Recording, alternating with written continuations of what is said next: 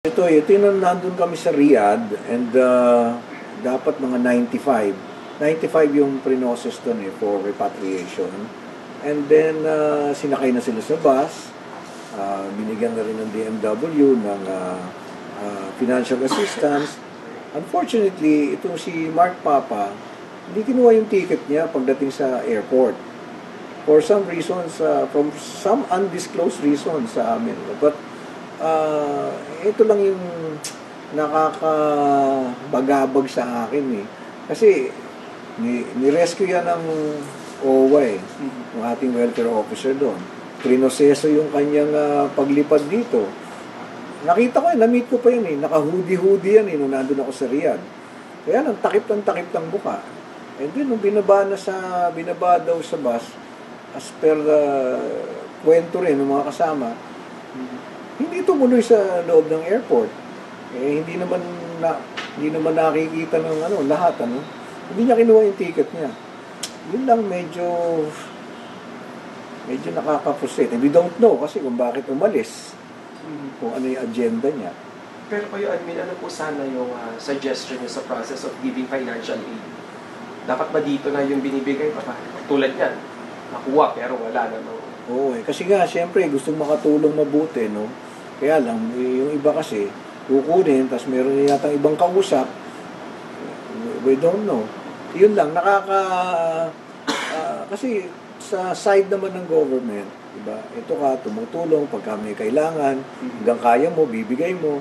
Hindi, meron palang ibang agenda. Sa akin lang, you waste government's effort, money. Pagkatapos, meron ka palang ibang plano. Sana wag naman nilang ginagawa yun. Kung ayaw naman nilang umuwi, di huwag.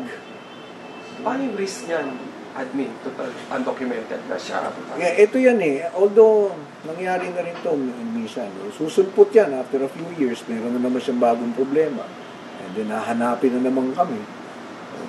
Maraming kasing mga hindi na ikikwentong-kwento. I just feel that kailangan na rin nalalaman din ng publiko yung mga ganitong karanasan namin. Tutulungan mo. Pagkatapos, meron palang ibang agenda. Nasa airport na to. Kukunin lang yung ticket. Kunin to sa amin. Hindi raw tumuloy sa Wala ba siyang pending case po?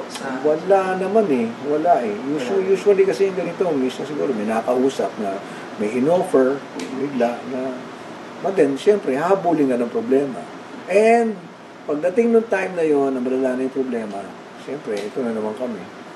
Kaya lang, yun lang yung panawagan ko Kasi ang OWA naman lagi naman tutulong Kaya lang, wag na sanang gawin yung ganyan. Diba? Tutulungan mo, hingi sa'yo ng effort, i-rescue mo, ni-rescue mo naman. Tapos meron pala siyang hindi kinikwento.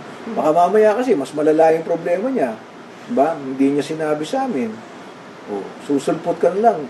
Pahirap mag-solve ng problema. Pero paano po yung proseso? Dapat ba yung pagbibigay ng ayuda nandito na? O mas safe ba na dito talaga? Kadalasan kasi dito Dito binibigay Or kasi nga para kung nakauwi, tsaka mo bigyan. Total, dito rin naman sila gagasta So, yan ang nangyari. So, maybe pwedeng pag-usapan yung proseso na yun, PDMW? Nabanggit ko sa kanila. Kasi syempre naman, gustong-gustong tumulong, everybody wants to help. Kaya kami talaga dito namin binibigay. Kasi total naman, dito mo rin naman gagastusin So, dito na lang? Oo, dito Kasi pag sakay mo na aeroplano, panggagastusin mo. Diba? So, hindi ba delikado na wala siyang dokumento doon? Well, katulad ng binanggit ko, certainly you will get into trouble kapag lumihis ka sa tamang pamamaraan. At lang yan, aantayin lang namin yan, susulpot uli yan. Ganun na naman. Tapos sasabihin sa amin, gusto umuwi. But of course, kababayan mo, tutulungan mo pa rin.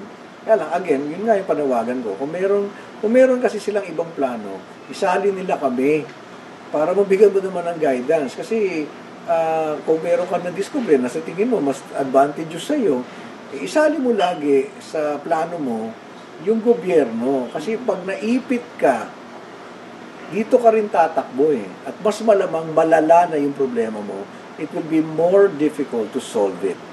Diba? Kasi kung nakakuha ka ng konting panggasta, gagastusin mo doon. O hanggang kailan yun? Mauubos din yun. So where will you go?